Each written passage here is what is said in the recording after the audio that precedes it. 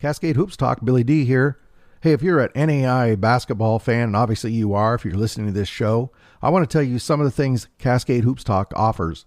Obviously, you can get the podcast anywhere podcasts are available, Cascade Hoops Talk. Go to Twitter at Cascade Hoop Talk. Also, go to Facebook at Cascade Hoops Talk. You can also get all the interviews on YouTube at Cascade Hoops Talk. And the YouTube platform, please subscribe. Having that platform and the shows over there gives us some more flexibility down the road if there's other things we'd like to do. Also, and this is very important, go to CascadeHoopsTalk.com, CascadeHoopsTalk.com. And once the season starts, every morning you can open that up and you can get all the game stories and NAIA basketball news from the night before. It's tabbed by conference and top 25. So if you're just interested in, say, your conference and the top 25, click those tabs, see who won, what the stories were, and that's available to you every day. Also, there's a place on the web page where you can sign up for the newsletter, and you don't have to sign in. It comes directly to your email. So here at Cascade Hoops Talk, we're here to be your NAIA men's basketball news source. And please go to our Twitter and let me know if there's anything else you would like to see or something different or something you'd like to see improved. I love hearing from you. Thanks. I hope you enjoy today's show. Cascade Hoops Talk, Billy D. Join us on Twitter, Facebook, YouTube, and go to CascadeHoopsTalk.com every day to get your NAIA men's basketball news. Today we have Coach Jeff Rutter, head men's basketball coach at Arizona Christian. Coach Rutter is entering his 9th season as the Firestorm head coach. Along with his coaching duties, Coach Rutter also serves as the vice president of enrollment for Arizona Christian University. Last season, a run through the GSAC tournament brought the Firestorm their first GSAC tournament championship. That's the Golden State Athletic Conference, with 25 overall victories and 12 conference wins, both tied season records. Last season's overall win total of 25 as well as conference win total of 12, both tied season highs for the program. Arizona Christian men finished the season rated 8th in the country in the NAIA Division I. Coach Rutter has led Arizona Christian to 50 wins over the past 2 seasons and 6 NAIA tournament appearances over the past 8 years. Prior to taking over as head coach at Arizona Christian, Coach Rutter spent 10 years as an assistant at Azusa Pacific University, as well as 2 years as an assistant at California Baptist University. Coach Rutter played 2 years at Concordia University Irvine and 2 years at Cypress College. At Cypress, he earned all Orange Empire League honors as a sophomore at Cypress, and this guy could definitely shoot the ball. He hit 147 three-pointers in 2 seasons at Cypress College. Welcome, Coach Rutter. I appreciate you being on the show. Yeah, thanks for having me. I appreciate you covering NAIA hoops. You know, Coach, I understand that Paul Westphal, former NBA star, has a history there at Arizona Christian, and you guys have an event, I think, this weekend. Could you talk about that? Yeah, we open up this weekend with the Fultz Memorial Classic, and Tim Fultz was a player at ACU that played for Coach Westphal, and a great story about that. If we come on another time, I'll tell you that story. It's a long one, but it's a great one, why we continue to honor Tim. But that team from that year in the 80s, I think 88 maybe, is coming back and going to spend some time at our game, and then spend some time over at Coach Westphal's house later. So, but yeah, Coach Westphal got his first coaching job at what was then Southwestern Bible College, now ACU. And had a really fun year. He's only here for a year, but it was a memorable one. He's actually writing a book about it. And in the last, 4 or 5 years, he's gotten back to ACU and been on the board and been a tremendous supporter, and come to Kansas City with us when we get to nationals, and been a great, mentor and supporter of mine and our team. So, he's struggling with some health issues, and we're glad this team can come back and give him a blessing this weekend. Oh, that sounds like a very, very nice event. I hope that all goes well. Yeah. Coach, you played a couple of years at Cypress College out of high school. How did you talk about that that journey from, high school ball to making the decision to go and play at Cypress? Yeah, so I played at Whittier Christian High School and had a great experience there. I played, I was a good high school basketball player, but I was very, very skinny and not super athletic. So I needed, I needed junior college to develop physically. And, there was some options to walk on some places and things, but no great scholarship offers out of high school. So Cypress, I looked at a few schools, and Cypress was where I landed. And really because of the coach there, Don Johnson. He was a great friend, great mentor to me, and even throughout my coaching career, he's been a great mentor and someone I got on speed dial to run scenarios by. Coach was he passed away a year ago, or 2 years ago now, and he was a special one. He was John Wooden's first All-American at UCLA. He was the winningest coach in California junior college history. Just tremendous wisdom, tremendous. He taught me how to be tough, play tough, tough-minded, and instilled a lot of values. And much of my coaching philosophy stems from him, still to this day. So that was a great experience. So would you say it sounds like he's your primary mentor that kind of led you to want to coach? I think I've been blessed with many, many mentors along the way. And so my parents separated when I was in junior high, and I didn't know this till later, but my mom was, a real prayer warrior and just praying for good, godly mentors in my life. And I really had them from junior high, high school, great coaches that I'm still, really close to in high school. My time at Cal Baptist, I just had many along the way. I'd say Coach Johnson, and then Coach Odell was the head coach at Azusa Pacific when I got there. He's still, someone I still consider a mentor and a father figure, and still very close to him as well. So your mark at Cypress was you could shoot the three-pointer. I said in your introduction, you hit 147 three-pointers in your 2 years there. So, Coach, here's my question. I mean, when did you figure out that you had a lot of guys, everybody thinks they can shoot the ball, right? But when did you realize, no, I can shoot the ball?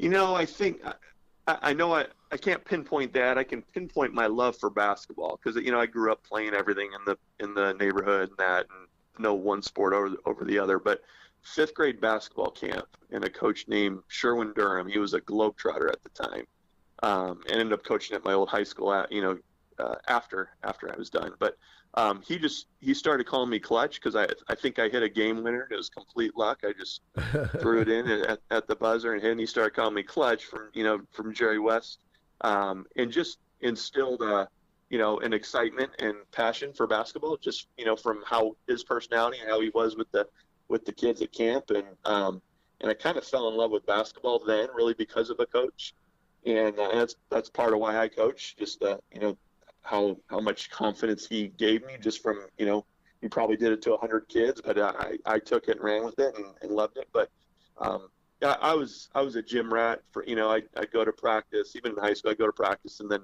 me and my older brother would go to the park after practice and play pickup with adults for a couple more hours. So it just that I just took so many shots over time that I think just from experience had confidence, because I'd worked at it. So you left Cypress and you ended up going to Concordia Irvine, played there a couple of years. Can you talk about that experience? Yeah. I considered Westmont and Biola and a few others in our conference there. Ended up at Concordia, didn't live too far from there. The scholarship offer was the best of those, and they had showed the most interest. Tough, hard-nosed coach, Coach Marshall. He was a Westmont grad and kind of tied into the Miami Heat. Chad Kammerer, who's a coach for Miami Heat, was an assistant at that time. So liked the toughness of that program, and coming from Cypress, that felt like a pretty good fit for me there. So yeah, enjoyed my time there for sure. Learned a lot. So after you got done playing, then came that fateful decision that you were gonna actually coach basketball for real. Something drew you to Cal Baptist. I don't know. Sometimes it's just an opportunity. You were there a couple of years, and then you really landed a good job over at Azusa Pacific as an assistant. It's a great program. Can you talk about just from graduation through Baptist and how you ended up at Azusa? Yeah, and I actually, right after my time at Concordia, I coached at my alma mater at Whittier Christian High School. I was Okay. the varsity head coach there. I was 23 years old, and it was a good experience. We had a good team, and I kind of knew. I found an article years later from my freshman year in college where I had said there, like, I'm going to coach. I think I realized I'm not going to play professional. I love basketball. That's the next best thing. So I had coaching heroes when I was in high school, just like I had playing heroes too. So I kind of knew I wanted to do it. So it was interesting to another coach that recruited me out of junior college was friends with the Cal Baptist coach and Coach Mossman. And I didn't know him, but he had come seeing that I was coaching in high school and we had a good team and stuff. And I think Cal Baptist had an opening for a young guy that would work tons of hours for little pay. Absolutely. And I fit the bill there. So, working for Coach Mossman and his daughter just graduated from ACU. She's a swimmer here. We're still real close. He was fantastic. He could recruit. He would not take no for an answer. I think I learned how to recruit and really grind in coaching from Coach Mossman. And we had 2 good years. I think we won 23 and 19 games, maybe something like that. But 2 good years at Cal Baptist that hadn't had a ton of success right before that. So I learned, and Cal Baptist did not look like it does now. They're a Division I now with beautiful campus, but it was a dirt lot was half the campus back then, and so we would fly recruits into Orange County Airport and spend as much time down in Newport as we could. And when the sun would go down, we'd make our way out to Riverside because we didn't want to spend too much time out there on campus. And then you ended up over at Azusa Pacific for 10 years as an assistant. You made the national tournament every year, save one. And according to your record, at least, you should have made it that year. What a heck of a run there as an assistant. Yeah, that's another interesting story. I played against Coach Odell at Azusa, and I didn't know him, but other than from there. But one of their assistants at the time, Ethan Hamilton, who's now the athletic director of Point Loma, he was an assistant there. I think he had a part in getting my name in front of Coach Odell's. They had a coaching opening. Coach Leslie, was at Azusa for a long time and is now the head coach at Midwestern State, left to go into the corporate world, and so they had an opening that year, and Coach Odell brought me in and interviewed, and I ended up going there, and what a tremendous place to be, and tremendous family, and that whole athletic department was something real special. I've spent some time as athletic director here at ACU, and I learned so much from that group and family environment, and winning but not sacrificing your family. And Coach Odell was big on getting home for dinner and making your family the priority, and so it was a great time there. Learned so much from it. Specifically, Coach, what were there 2 or 3 specific things that while you were at Azusa you noticed that you didn't realize, that you said these are keys that, because I'm sure you knew you always wanted to be a head coach, I'm assuming, that you believed were keys that you were definitely going to take with you? Yeah, there's many more than that.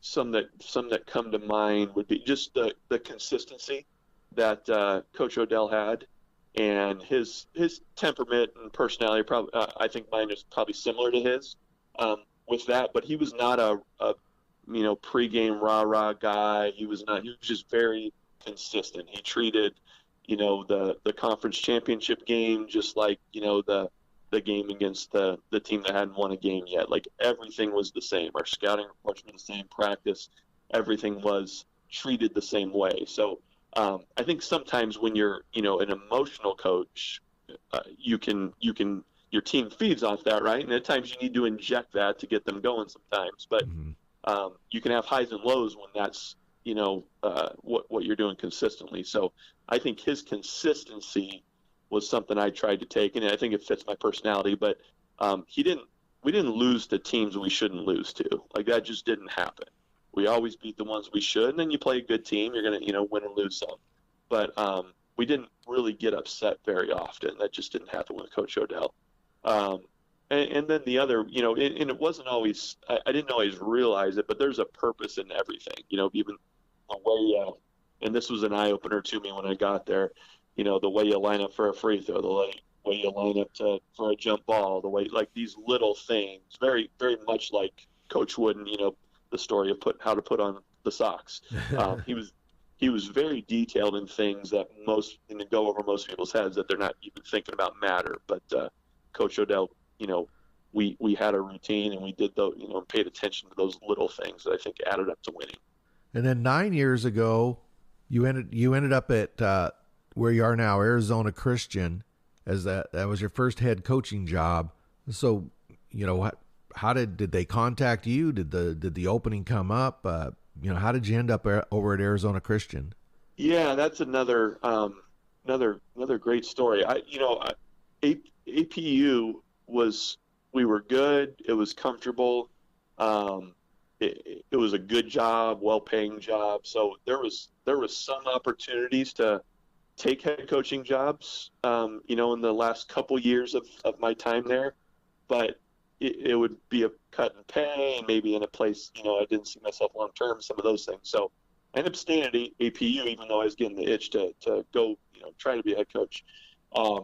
It really happened. I had heard a reputation of Arizona Christian, that they had a president, and he, was growing the school and some of that. So I had heard of ACU, but, Southwestern Bible College didn't have a great basketball reputation, hadn't had a lot of success. And what really piqued my interest, their ACU, Arizona Christian's baseball team, made it to the first round of the baseball championships at the NAIA. So right. That kind of, as a coach looking at other jobs, that kind of piqued my interest. Like, if baseball can be good there, maybe basketball can be good there. So that got me interested. So I applied for the job. It was flown as a part-time position.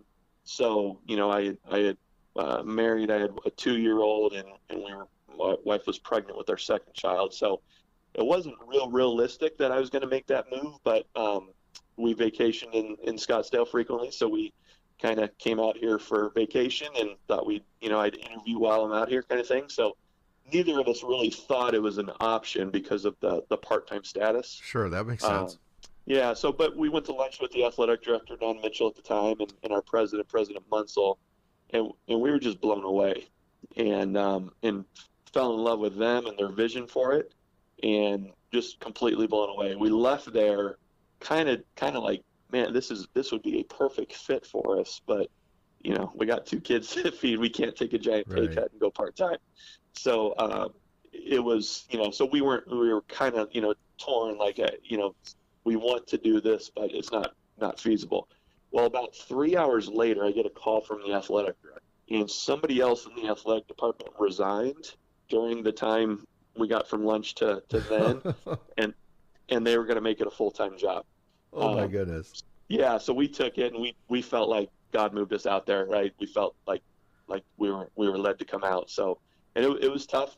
We had a nice house that we spent, like 18 months renovating, and I did a lot of work myself on it, and we had put a lot of sweat equity into this, and then we actually completed our backyard about a week before we decided to make the move. So, and we were, about 2 miles from my wife's parents.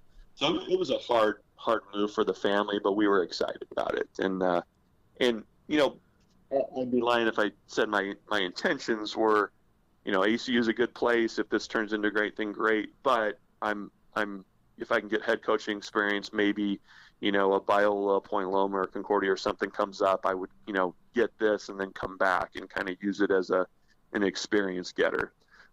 So that was in the back of my mind.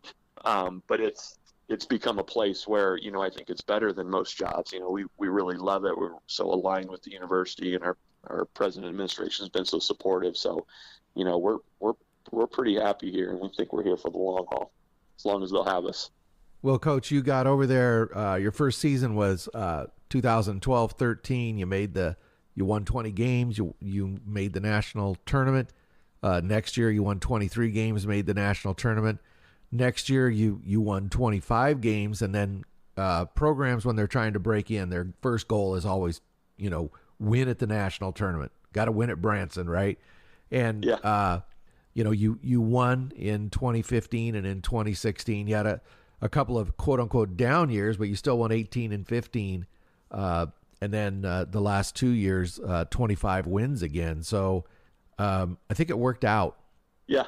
Yeah.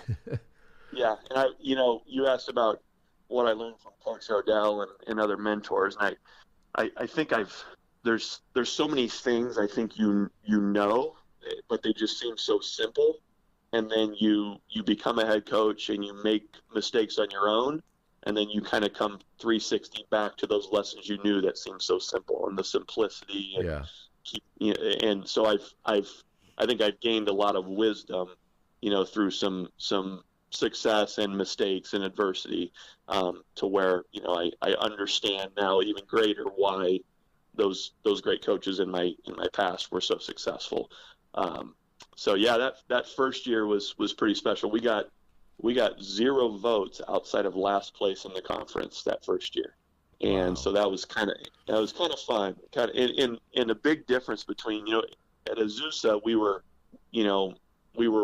so successful for such a long time because of what Coach Odell built, that you stop kind of celebrating every success. It just kind of becomes expected. Where my first game in Arizona at Arizona Christian, we played a Division III team who, if I was at Azusa, if we didn't win by 20, we'd be wondering, is the team not as good this year? What was wrong? But this team had kind of, blasted ACU in the past, and we won. So in my mind, knowing this team is California Division III, it wasn't that great of a win, but to those at Arizona Christian, it was a pretty big deal that we had beaten them, and everyone was pretty excited. So it was kind of fun just to be at a place that, hadn't had a lot of success in basketball, and creating some excitement and getting the students behind it and that. So we finished that year at Concordia, who I think was the defending national champs, and it was a double or triple overtime game on Fox Sports West that we got to compete in, and guys played great and played their hearts out, and we ended up losing by a point, but that was enough to get us in the national tournament. So, so it's been a great ride here. Learned a lot of, we had success those first 4 years. We had some really two great high school kids that no one else was really recruiting, but they were tough and high character kids, and they did great for us. And then we missed on a couple guys. So we had those 2 years. They were ones that I felt like would never end. We weren't that successful, but they weren't our type of team. And we got back to that, these last 2 years, and I learned a lot about who I work best with and the types of recruits I want and who's a fit for us. So I think we've learned a lot from those 2 years. Coach Rutter, I want to talk a little bit about last season. You ended up ranked 8th in the final ranking in the nation, and like we said, another 25 win season for the Firestorm. That was kind of a special team. Probably felt like you had a chance that year at the tournament. Just talk about that team and what made it so special. And you won the GSAC as well. Yeah, that was a lot of that was for a year where you get your season cut short abruptly. We're very thankful that we were able to finish our last conference game or conference tournament game and win that championship and get to cut down nets and had a good ending to a year that was cut short for so many. But yeah, it was a special year. We had a few starters back from the team that got to the Elite Eight the prior year, and we had D-Ron Kyle join us that semester last year. He ended up being an All-American, and then we had Terrence Shelby, who only had a half a year left of eligibility, join us that semester as well, and he was an All-American the year before. So we started the year. We had we lost a couple home conference games without the firepower of those two guys. So we took we lost to Carroll College in a tight one without those two guys, and so we took a few lumps early, but once we got them back, I think mid-February, we were really starting to click and really starting to defend at the level we wanted to. And we had, I don't know how many 20-point wins, but we had a lot of, like most in my career, of blowout wins. And I think it was just, we were pretty good defensively. We were really active defensively, but the firepower, so guys coming off the bench, like the firepower just, extended leads really, really quickly. So we were pretty explosive on both ends of the court. And that getting to beat Westmont in the semis, they were the regular season champs, and we played really well and kind of controlled that game up there, and hadn't had a lot of success against them up there in the past. So that was a great win for us, and great game against Hope, who others didn't see them as an underdog, but they lost a pretty good player around Thanksgiving, and we're just kind of limping along for a little bit. And when they got him back, I don't think they lost until our game with him. So we saw them as among the best in the league. So it was a good win. We wish we would have gotten a chance. I think, I'm sure there's 10, 15 teams that felt this, but I think we had a chance to go real deep and make a run at the title in Kansas City. But again, thankful that we got to win our conference tournament and finish with a win, which I've never done in my career. I've always made the national tournament and have not won a national title, so always finishing with a loss. So this was a different experience, and it was a fun one for our guys. So from last year, you graduated some seniors, most notably Shane Carney, 15 points, 3 rebounds. O'Shea Williams, 13 points, 5 rebounds. Also Al Burge. But you have a pretty good core coming back this year, don't you? You're ranked 9th in the nation. You mentioned a minute ago Deron Kelly, 16 points, 4 rebounds. He's back this year, right?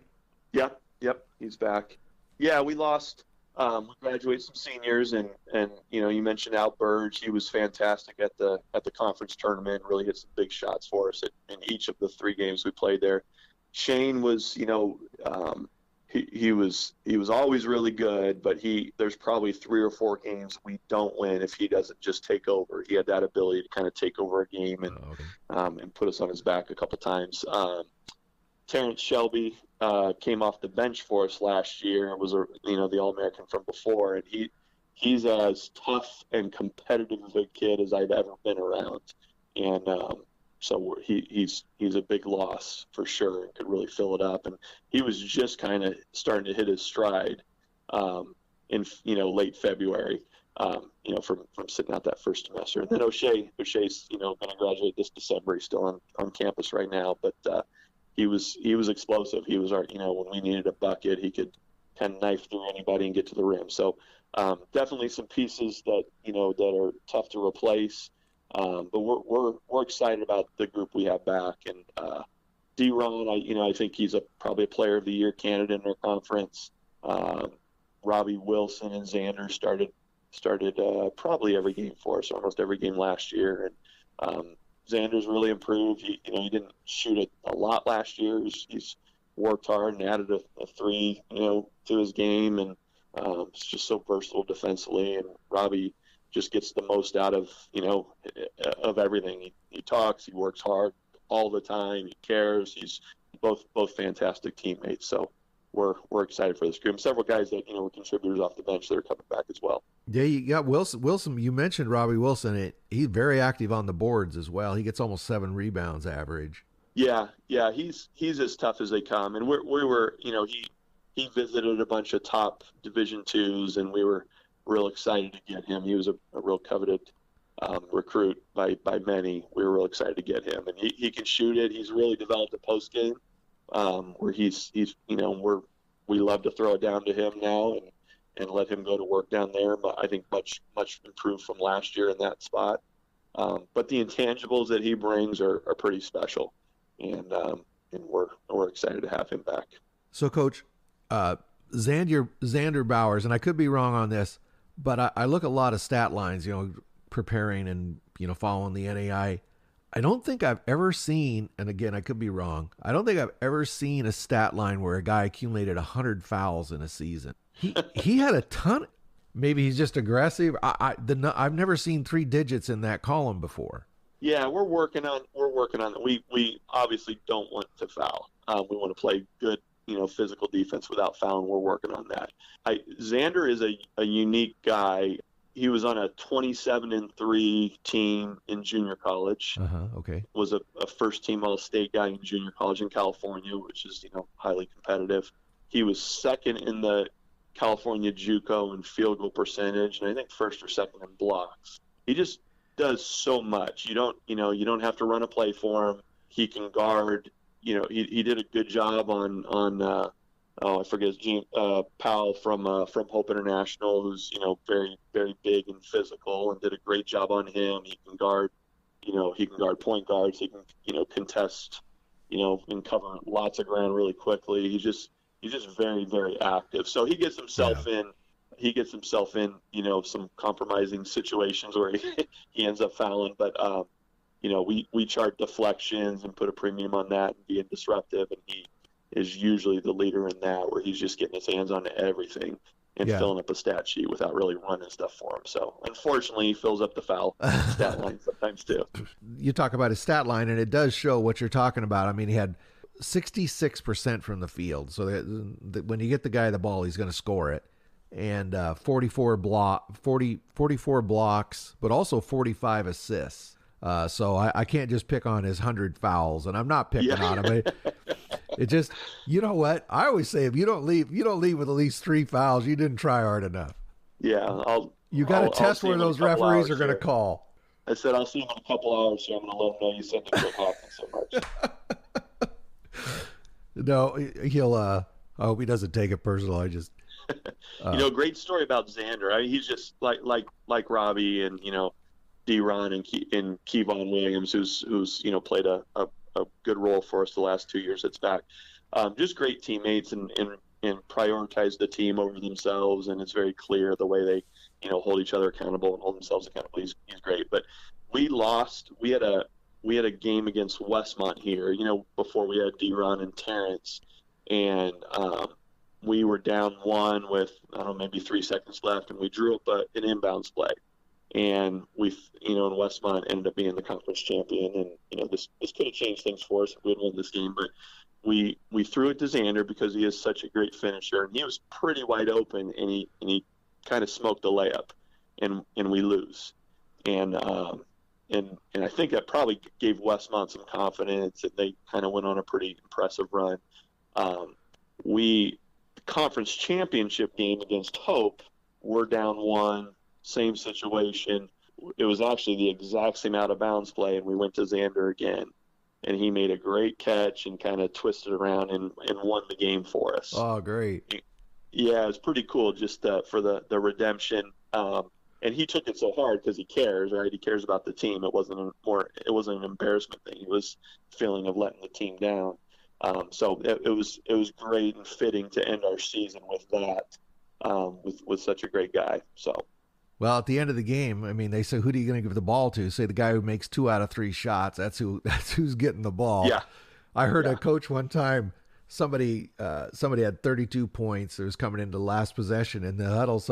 After the game, somebody said, what was your game plan at the end? He says, give it to the guy with 32 and see if he can finish with 34. Yeah, you don't need to be a genius to be a good coach sometimes. Just give it to the guys who make shots. So, Coach, you play in the Golden State Athletic Association Conference. Most of the teams are in California. You're located in the Phoenix area.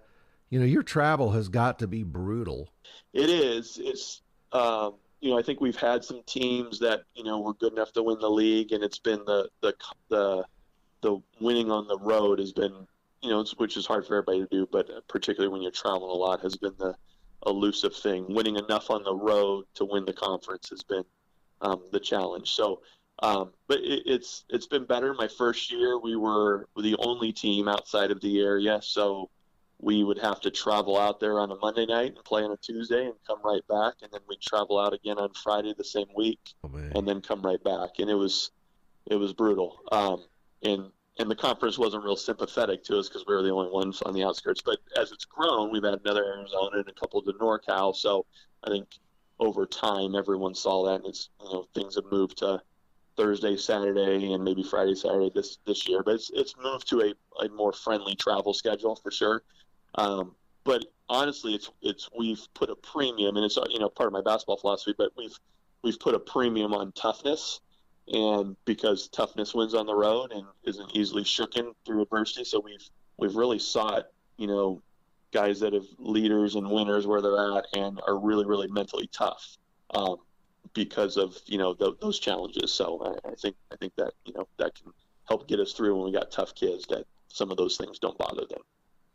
Every conference has a personality. What's the basketball personality of the GSAC? I think many over the last couple of decades would say that it's a coaches conference. A lot of great coaches, a lot of legendary coaches, and obviously Coach Odell at Azusa. We won 9 straight championships, and then lost one year but got to the Final Four, and then won 4 more. Like, he's the greatest coach in the history of our conference, and won in the NAIA. Dave Holmquist, was in our conference and is getting close to 1,000 wins here. And John Moore, who just recently retired, was there for a long time. Ken Ammon had tremendous success. A lot of great coaches in our conference that have come through. So that's something notable about our conference. We've always competed in Division I, but due to our conference restrictions, it's really been with Division II dollars, Right. where we've been tuition only, and now we're, so we would, like my first year at the national tournament, our 8th man is getting no basketball money. He's an academic scholarship guy, and the other team's 8th man is an SEC transfer. So we've always dealt with a little bit less. So I think our league has done very, very well with a little bit less in terms of scholarship money due to some of those restrictions. So and have always fared very well at the national tournament with Azusa. We got to the title game twice, and Concordia won a title or 2, and Vanguard won a title, and we've had success there and been one of the best conferences in the country while doing it with a little bit less. So I think we've done well with that. So moving to one division and coming to 8 full rides, that actually just brings the pack back to us a little bit, because that's kind of what we've been dealing with. Right. So we're happy for that. A big difference in adjustment for us on the travel, but also the uniqueness of the conference.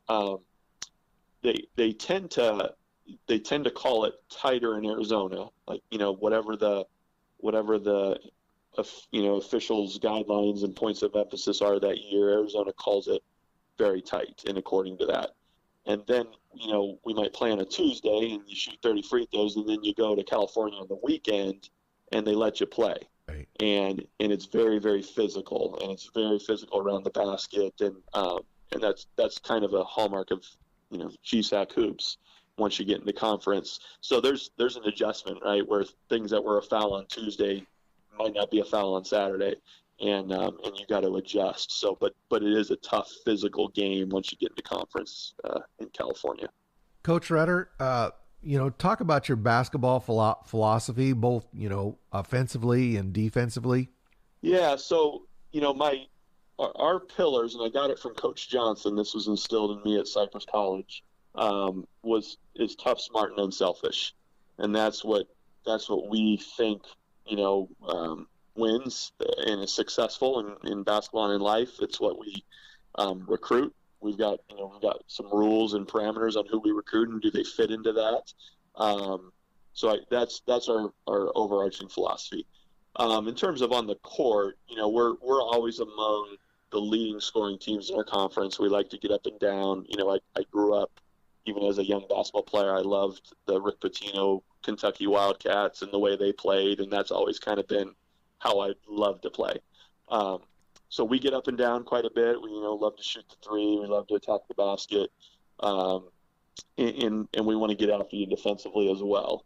I don't think you can really be a serious title contender, national title contender, if you're not among the best in offense and defense. I don't think greatness in one of those areas can. I'm sure there's exceptions to that, but if you look back at the even the past NBA champions, they've been very, very good, among the best in both offense and defense. So we've got some goals of offense and defensive efficiencies and being in the top 3 in our conference in both. And we were last year and we were the year before.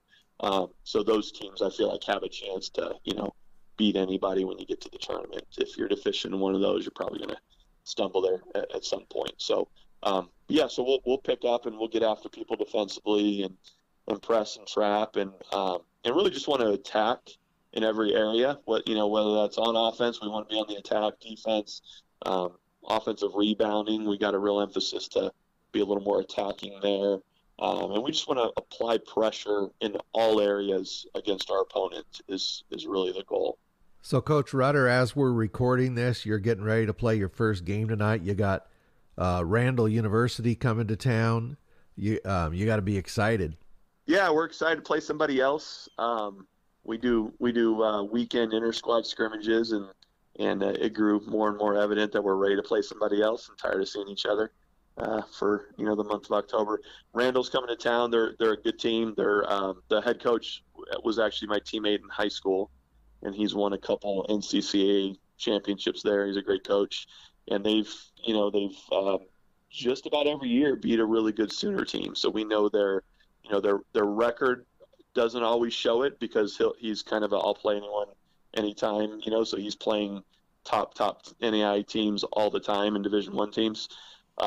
So their record doesn't always show it, but they can really beat anybody. And he had a good recruiting class, so we're excited to go see where we're at. Coach, they gave science and arts. Don't let the final scores fool you. They were up by 3 on science and arts at halftime. Yeah, I saw that. And they beat Science and Arts last year, and they beat Oklahoma City last year, and they've beaten Mid-America Christian, and they gave Baylor a scare, 3-4 years ago. Like they're not going to be impressed by the Firestorm. They're going to come here thinking they can win and really competing, and he gets his guys playing really hard and free, and they're scary teams for sure. So we're not going to be taking them lightly. Well, as long as you can play basketball, that's really all that counts, right? Yeah, that is true. So many friends in other parts of the country that aren't even cleared to practice yet or scrimmage yet or whatever it may be. So we're blessed to be in Arizona and getting a chance to play tonight for sure. Well, Coach Rutter, I wish you all the luck in the world this weekend, and as you head into that always tough GSAC conference, it is always tough. Wish you luck this year. I really appreciate you taking all the time to be on the show. I appreciate it. Thanks for the invite, and thanks for, covering and putting a spotlight on NAIA hoops. Yeah, thank you, Coach Rutter. You're welcome.